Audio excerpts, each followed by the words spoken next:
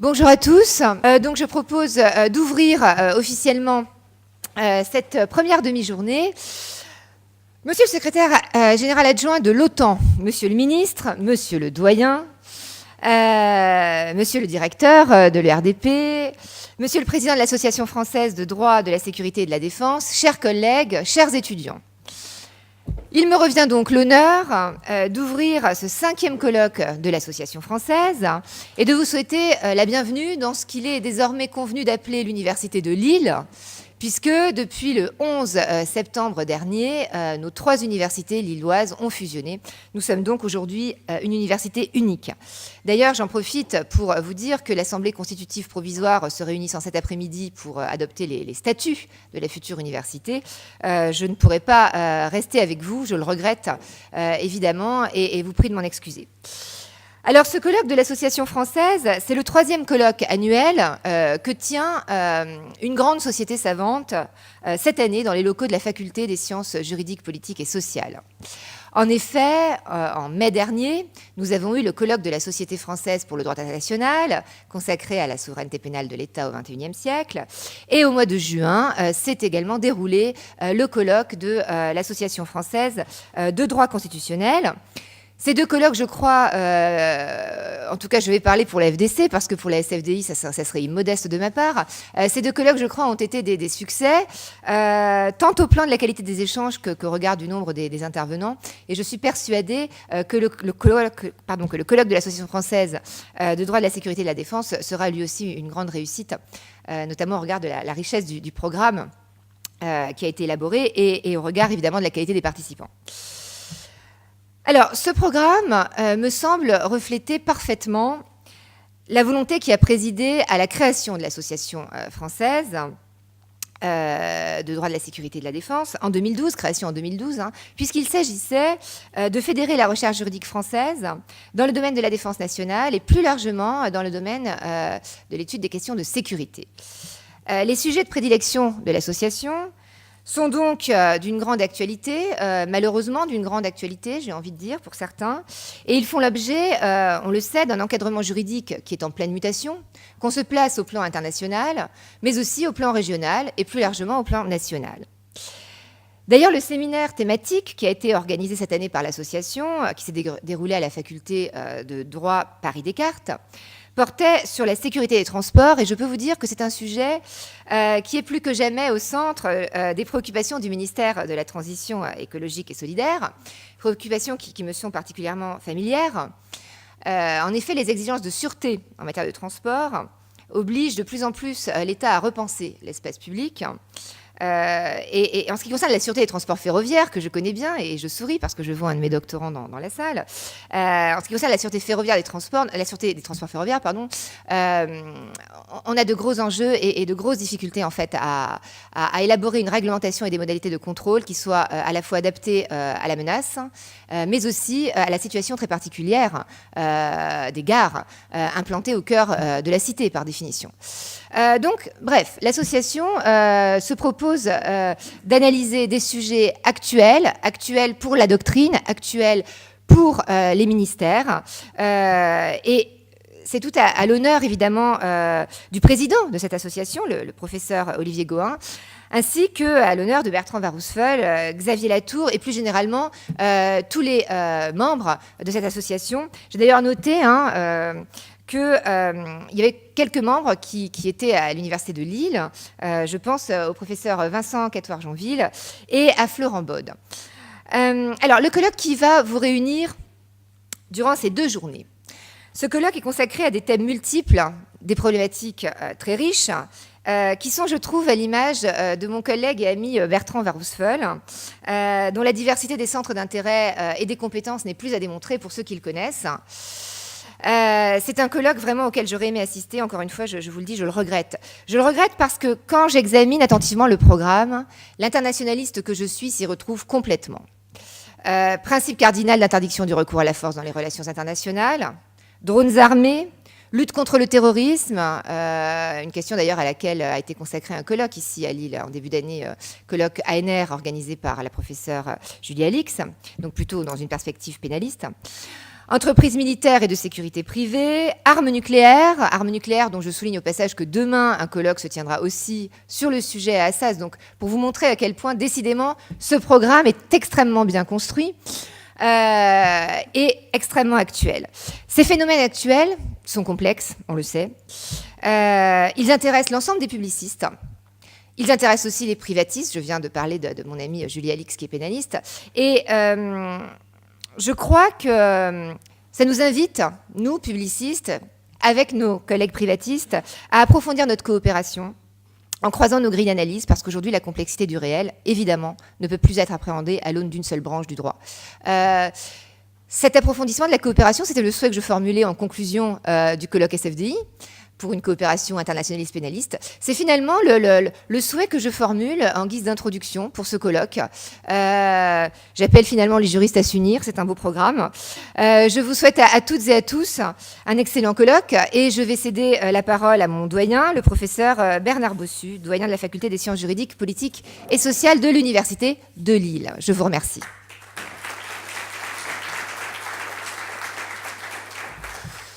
Eh bien, merci beaucoup, Madame la Vice-Présidente. Donc, bonjour à tous. Moi aussi, je suis très heureux de vous accueillir au sein de cet établissement pour votre 5e colloque annuel de l'Association française de droit de la sécurité et de la défense.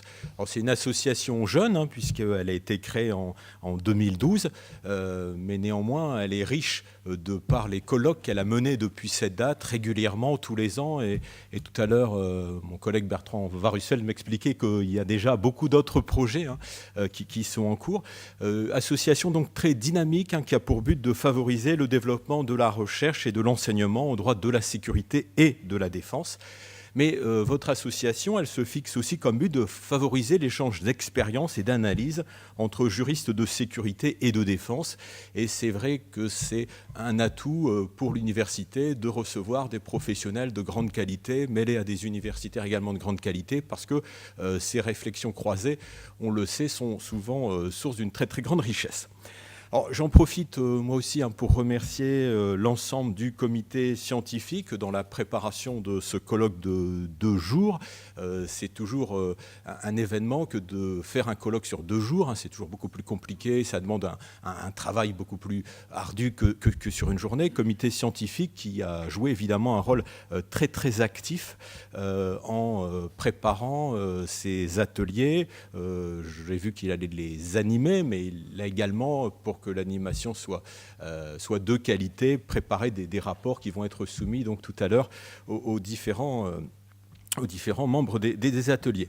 Alors, comité scientifique, je cite très rapidement les membres, mais j'espère n'oublier personne, Florent Baude, Vincent Catoire-Jonville, Franck Durand, Olivier Grain, Patrick Meunier, Joanne Saison, Bertrand Warusfeld et Marc Wattin-Augoire. Alors, j'adresse également, j'associe à ces remerciements, bien sûr, le Centre de recherche droit et perspectives du droit, et je vois que son co-directeur, le professeur Emmanuel Cartier, est dans la salle, le co-directeur de l'équipe de recherche en droit public, le professeur Patrick Meunier, Bertrand Warusfeld, qui anime et a une fonction, je crois, importante au sein de l'association.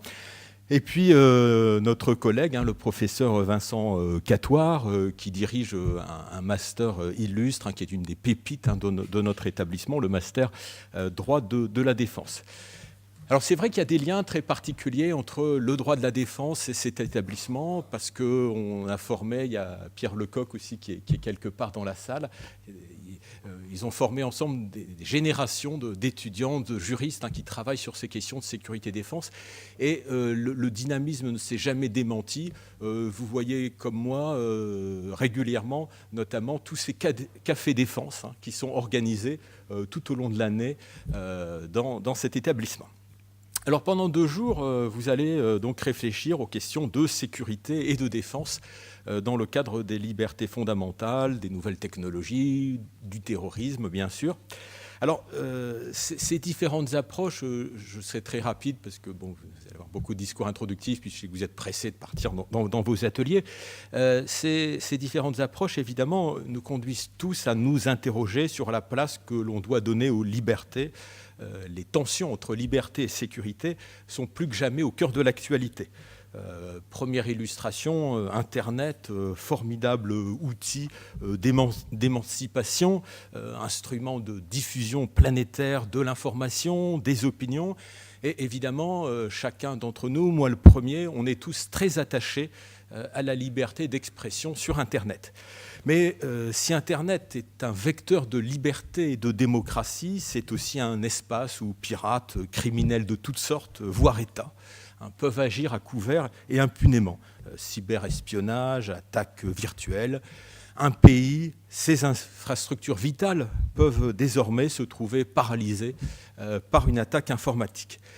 Il est donc devenu indispensable, et ce n'est pas vous que je vais convaincre, de lutter évidemment contre les usages criminels du cyberespace et de mettre en place des protections contre les atteintes au bon fonctionnement des systèmes d'information et de communication.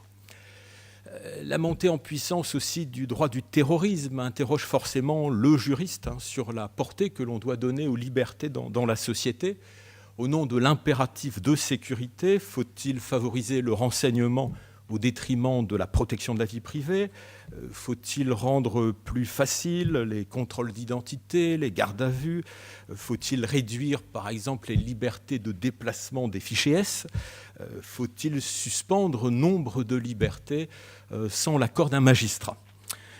Encore une fois, la question posée est toujours celle de la conciliation entre deux droits fondamentaux, le droit à la sécurité d'une part et le droit pour les citoyens au respect de leur liberté, tel que reconnu par la Constitution, le droit européen et le droit international.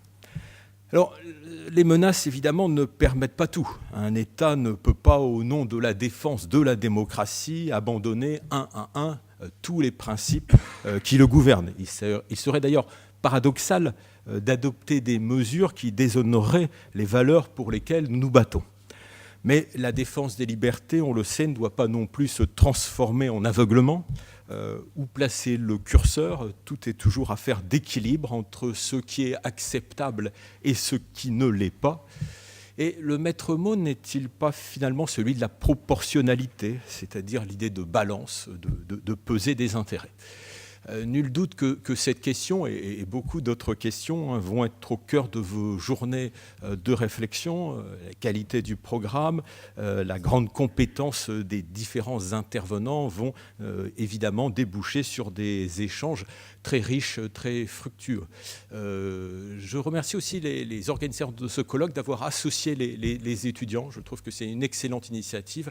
On ne fait pas peut-être assez souvent appel aux étudiants qui peuvent être effectivement une vraie richesse. C'est finalement des chercheurs en devenir. Et associer les étudiants, les doctorants, les étudiants de Master 2 à ces journées me paraît aussi extrêmement important dans un établissement comme le nôtre. Voilà. Moi aussi, comme Madame la Vice-Présidente, malheureusement, je ne pourrai pas rester avec vous. Je le regrette, bien sûr, mais je lirai sans aucun doute les réflexions qui seront publiées. Voilà. Je vous remercie de votre attention.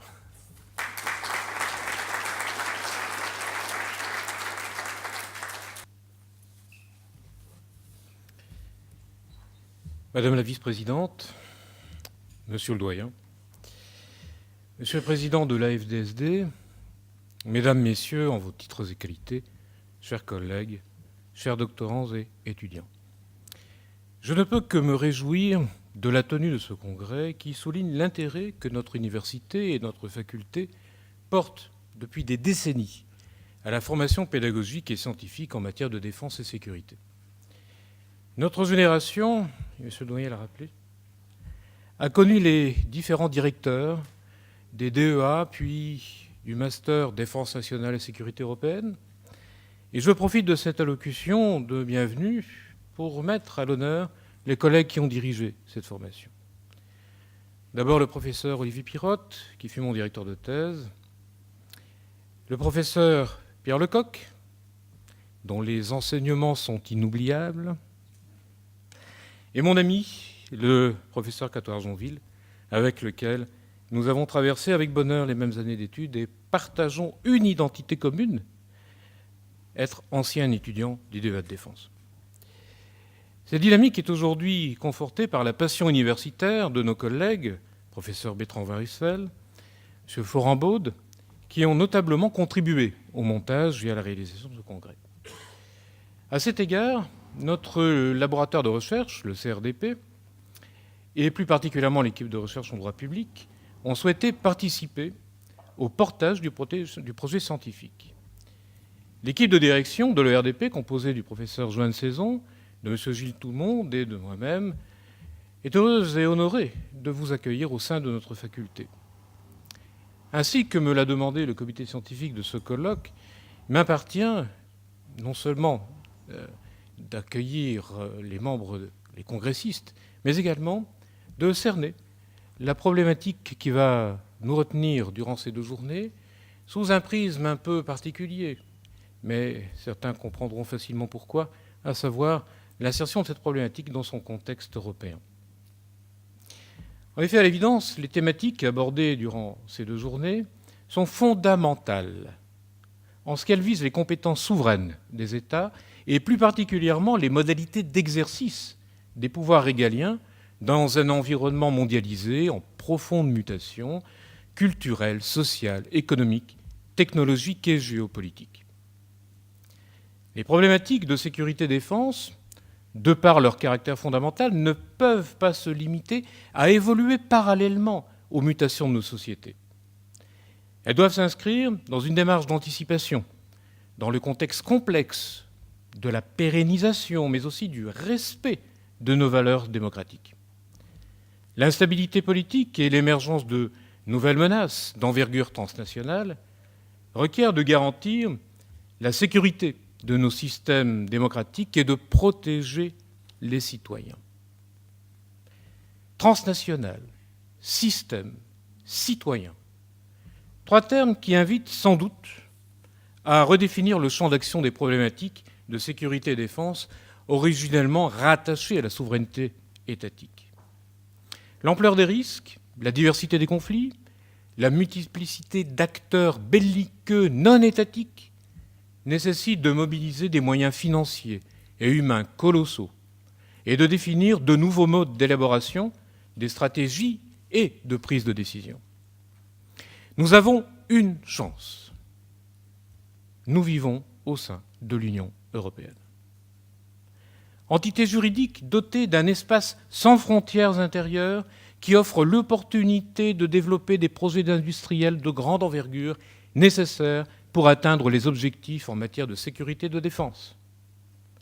L'Union européenne, entité juridique, constituant un espace politique unique, puisque les États peuvent définir des stratégies communes, via le Conseil européen en particulier. L'Union européenne, enfin, communauté de valeurs partagées par des citoyens qui ne sont plus uniquement des nationaux, mais des citoyens européens ayant une identité commune. Une identité européenne qui se superpose aux identités nationales.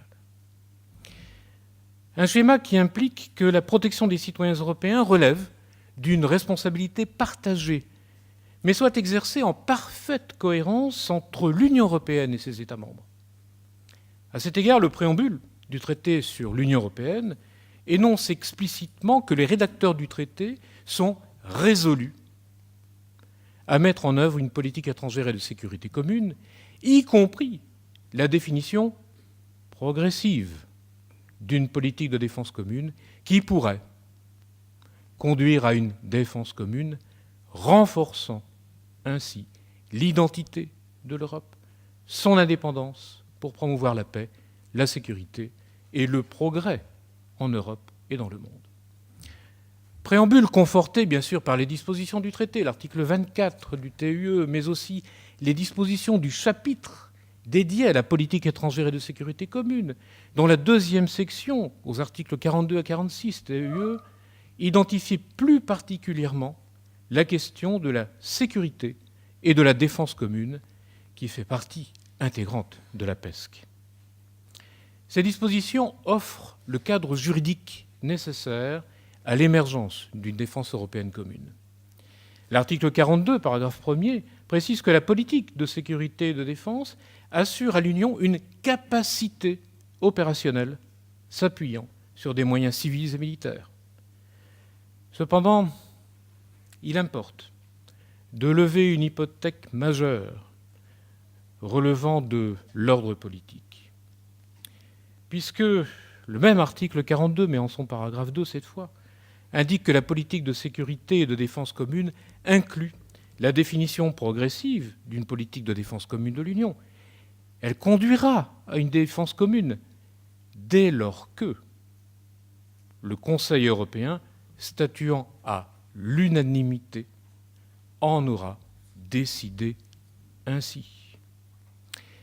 La construction de l'Europe de la défense dépend de la volonté souveraine de tous les États membres de l'Union. Quoique, l'article 42, toujours, mais paragraphe 6 cette fois, permet aux États membres qui remplissent des critères plus élevés de capacité militaire, qui ont souscrit des engagements plus contraignants, en vue de réaliser des missions plus exigeantes, établissent une coopération structurée permanente dans le cadre de l'Union. La défense commune dépend fondamentalement d'un engagement politique, reposant peut-être, pour un universitaire on ne saurait nous en empêcher, peut-être une démarche, ou sur une démarche pédagogique, exposant au peuple de l'Union européenne la portée des enjeux et la nécessité de dépasser le cadre de la souveraineté nationale afin de préserver la souveraineté étatique, la dynamique de l'indépendance grâce à l'interdépendance. Afin d'atteindre l'objectif pédagogique, un processus est en cours. Ce processus repose sur une méthode pédagogique destinée à identifier les menaces dont la nature et l'ampleur sont susceptibles de fragiliser substantiellement les systèmes politiques des États membres de l'Union. En ce sens, le président de la Commission européenne, M. Jean-Claude Juncker, a inscrit l'objectif de renforcer, je le cite, l'Europe en matière de sécurité et de défense. Et cela dans ses orientations politiques qui ont été présentées au Parlement européen en juillet 2014 et symboliquement intitulées « Un nouvel élan pour l'Europe ». Dans son discours sur l'état de l'Union, prononcé au Parlement européen toujours en septembre 2016, le président de la Commission a conforté son analyse et décliné des propositions. M. Juncker souligne que l'Union européenne doit prendre en charge la protection de ses intérêts et de son mode de vie. Prendre en charge, terminologie à double sens. Charge, responsabilité juridique. Charge, dimension budgétaire et financière. À cet effet, le président de la Commission préconise de doter l'Union de ressources militaires communes. Il met en exergue par ailleurs le coût de la non-Europe en matière de défense, en estimant que le manque de coopération représente entre, et vous apprécierez la fourchette, entre 25 et 100 milliards d'euros par an.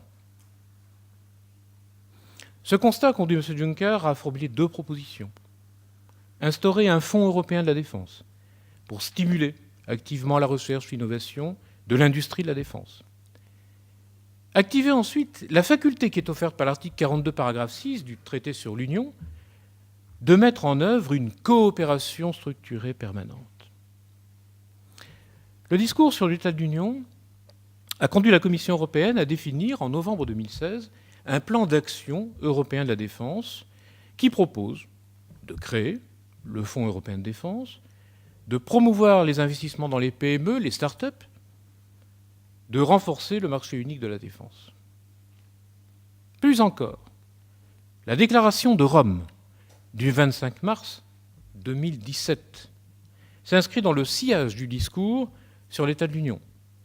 En effet, dans cette résolution, dans cette déclaration plutôt, les dirigeants de 27, et non plus des 28, mais de 27 États membres, ainsi que du Conseil européen, du Parlement européen et de la Commission européenne, se sont engagés à œuvrer, alors bien sûr la question se pose de la portée juridique de cet engagement, mais à œuvrer afin que l'Union européenne soit prête à assumer davantage de responsabilités et à contribuer à la mise en place d'une industrie de la défense plus compétitive, plus intégrée. Une Union déterminée à renforcer sa sécurité, sa défense commune, en coopération avec l'OTAN et en complément avec l'OTAN. Mais il faut ajouter, in fine, en tenant compte des situations nationales et des engagements juridiques. Le 7 juin 2017, la Commission européenne a adressé au Parlement européen, au Conseil, au Comité économique et social européen, au Comité des régions, une communication relative au lancement du Fonds européen de la défense. Par ailleurs, le souhait formulé en 2016 par le président de la Commission européenne de mettre en œuvre une coopération structurée, permanente, ainsi que l'engagement de la déclaration du 25 mars 2017 sont d'actualité.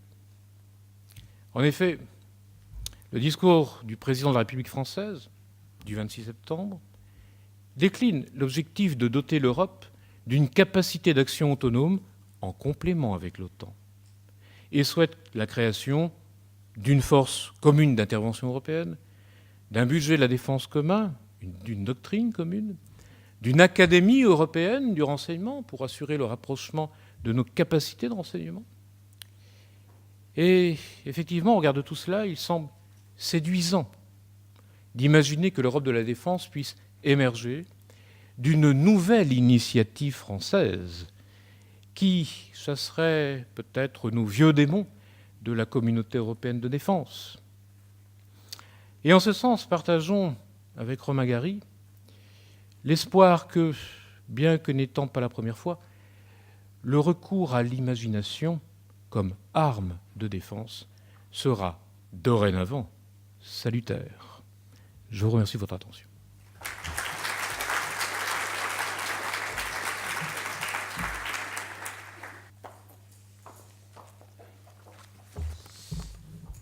Bien. Je remercie d'abord mes collègues, Bernard Bossu, notre doyen, Muriel Saillard qui nous quitte et Patrick Meunier, non seulement de leurs mots d'accueil, mais d'avoir déjà pratiquement ouvert le colloque, puisque j'allais vous dire que l'Association française des droits de la sécurité et de la défense travaille de manière très transversale. On a déjà entendu parler de droit international, de droit européen, de liberté publique, de confrontation entre les impératifs de sécurité et la liberté sur Internet. Bref, les bases de ce qui va être notre travail pendant 2 jours sont déjà posées. Alors donc quelques mots, je veux dire, au nom de l'association, et donc du président Olivier Gohin et du bureau de l'association. Tout à l'heure, Patrick Meunier a eu une erreur de terminologie, mais dont je le remercie. Au lieu de colloque, qui est le terme officiel, il a parlé de congrès. Il nous a dit, nous ouvrons notre congrès. C'est vrai que le congrès annuel, le colloque annuel de la FDSD est un peu le congrès annuel de la FDSD, puisque cette association qui existe depuis 5 ans et qui se veut très ambitieusement devenir un peu la société savante du droit de la sécurité et de la défense, a choisi chaque année, en fin septembre, de réunir tous ses membres, ainsi que toutes les personnes qui s'intéressent au sujet, et ainsi que la communauté universitaire ou les membres de la communauté universitaire qui l'accueillent, cette année à Lille, l'année dernière à Reims, avant nous étions à Brest, nous sommes allés à Mulhouse et à Nice, et bien de les réunir pour créer à la fois un lieu d'échange et, comme on dit, un réseau, parce que c'est en croisant les expériences, en se connaissant, publicistes, privatistes, internationalistes, européanistes, pénalistes, politistes, parfois historiens, que sais-je, peuvent travailler ensemble. Et ces rendez-vous, nous les avons également à un deuxième moment de l'année où, au mois de mars en général, à Paris, nous organisons par contre un séminaire spécialisé. Muriel évoquait tout à l'heure le séminaire sur les transports.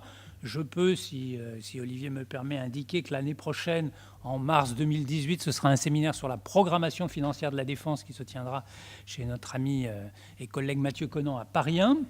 Voilà, nous avons eu il y a 2 ans un séminaire sur l'état d'urgence dont vous trouverez les actes dans le très beau volume bleu, blanc, rouge qui est en vente à la sortie de cette salle, puisque chaque année, la FDSD publie, alors évidemment avec grosso modo un retard d'1 an, les actes de son colloque de l'année précédente et les actes du séminaire qui s'est passé dans les 6 mois précédents. Donc, dans le volume qui s'appelle maintenant l'annuaire 2017 du droit de la sécurité et de la défense, vous trouverez les actes du colloque, congrès, mais officiellement colloque de Reims, et les actes du séminaire sur les transports, les aspects de sécurité de la défense des transports.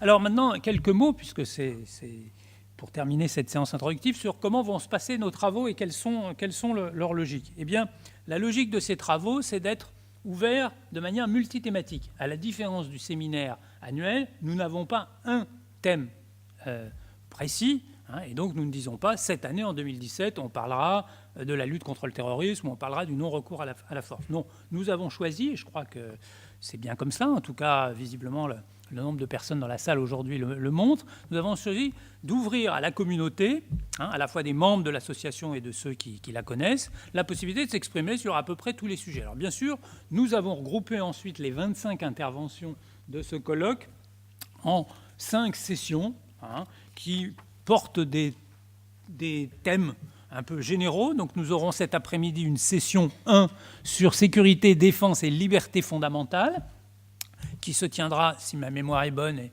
Florent, que je ne vois pas, mais me contredira si c'est le cas, qui se tiendra dans cette salle, tout de suite après la fin de cette séance inaugurale. Nous aurons un atelier 2 sur sécurité, défense et nouvelles technologies. Le doyen Bossu on a déjà parlé un petit peu, elle a défleuré un tout petit peu le sujet, qui se tiendra, si ma mémoire est bonne, dans un amphi E3. On vous indiquera tout à l'heure dans un bâtiment qui est tout proche d'ici. Et enfin, pour cet après-midi, nous aurons une séance sur sécurité-défense face au terrorisme. Le sujet est malheureusement relativement inépuisable vu l'actualité et vu la complexité des problématiques politiques et juridiques qu'il pose. Session qui se tiendra dans la salle Guy Debert, qui est la salle des actes de cette faculté, et qui se trouve au 3e étage, exactement au-dessus de l'entrée de la faculté de droit. Demain, en revanche, nous aurons deux autres sessions qui sont une session sur le droit public de la sécurité et de la défense, notamment les aspects organiques ou de droit administratif. Ça sera la session 4. Et une session 5 sur sécurité nationale et relations internationales, qui évoquera les questions de droit international ainsi qu'un certain nombre de questions de droit de l'Union européenne. Alors, à travers ces différents travaux, nous souhaitons, et nous avons souhaité, et cette année encore c'est le cas, accueillir assez largement à la fois des membres de notre association venant de différentes institutions universitaires. J'ai compté que pas moins de 12 institutions universitaires sont représentées aujourd'hui dans ce colloque, et d'y associer également quelques professionnels et des doctorants, y compris d'ailleurs des doctorants de Lille 2. Nous avons plusieurs des doctorants de Lille 2 qui sont ici. Ces travaux, je l'espère, seront féconds et devraient également, tisser des liens avec la communauté lilloise sur ces questions, puisque ça a déjà été évoqué, et donc je n'y reviens pas longuement, mais il y a ici une tradition à Lille de travaux anciens et permanents sur les questions de sécurité et de la défense, avec notamment le Master 2 qui fut celui de Pierre Lecoq, que je remercie d'être là, et qui est maintenant dirigé par Vincent Catarjonville. Et au-delà de ce qui se passe à Lille 2, ou plus exactement à la faculté de droit de l'Université de Lille, puisque nous sommes depuis quelques jours dans l'Université de Lille, eh bien, il y a également des connexions qui se sont tissées avec le temps, avec les autres collègues, j'ose dire, de la place universitaire lilloise, et je dévoile ici un secret, peut-être pour certains. Dans le cadre de la mise en place de l'Université de Lille, nous nous sommes vus avec des collègues historiens de Lille 1, de Lille 3, un sociologue de Lille 1, des politistes de Sciences Po Lille, également des politistes d'ESPOL de la Cato de Lille. Et ce groupe a formulé une proposition de projet auprès du ministère de la Défense, de la DGRS, qui a ouvert un appel à projet pour des pôles d'excellence, et une proposition qui devrait mettre en valeur les qualités universitaires, mais également les capacités, les qualités, administratives et opérationnelles du site lillois, puisque, je n'ai pas besoin de le dire, il y a, je pense, des représentants de cette salle. Vous avez à Lille des représentants d'importantes institutions de sécurité et de défense, et pour ne parler que du côté des armées, bien évidemment, le CFT et donc l'état-major OTAN qui est situé à la Citadelle. Donc, ce colloque sera sans doute, suivi d'autres manifestations pluridisciplinaires avec des collègues des autres institutions lilloises. Alors, un dernier mot sur la manière dont vont se passer ces différentes sessions. Nous avons prévu pour chacune des sessions 3 heures de temps, avec peut-être une petite pause si le président de séance le souhaite, et nous avons prévu 5 intervenants dans le cadre de ces 3 heures, ce qui laissera à chaque intervenant un peu plus de 20 minutes pour s'exprimer et un temps de débat relativement long. Et enfin, nous aurons des rapports de synthèse. Chacun des sessions sera rapporté par un membre de la session. Je serai l'un de ces rapporteurs, que nous présenterons demain à notre invité d'honneur, si j'ose dire, qui est le sénateur Jacques Legendre, qui était membre de la commission de la Défense et des Affaires étrangères du Sénat, et qui sera invité à réagir sur les propositions que nous aurons faites. Ceci après avoir entendu, excusez-moi du peu, une conférence du secrétaire général adjoint de l'OTAN, qui vient spécialement de Bruxelles nous rencontrer demain en début d'après-midi. Et je rappelle que M. Djemichi a été d'ailleurs enseignant à Lille 2 pendant plusieurs années. Et donc, je pense qu'il le dira lui-même, il sera très content d'être ici. Voilà, donc au nom donc, de la FDSD, qui est très honoré d'être reçu ici à Lille, je vous souhaite un très bon colloque.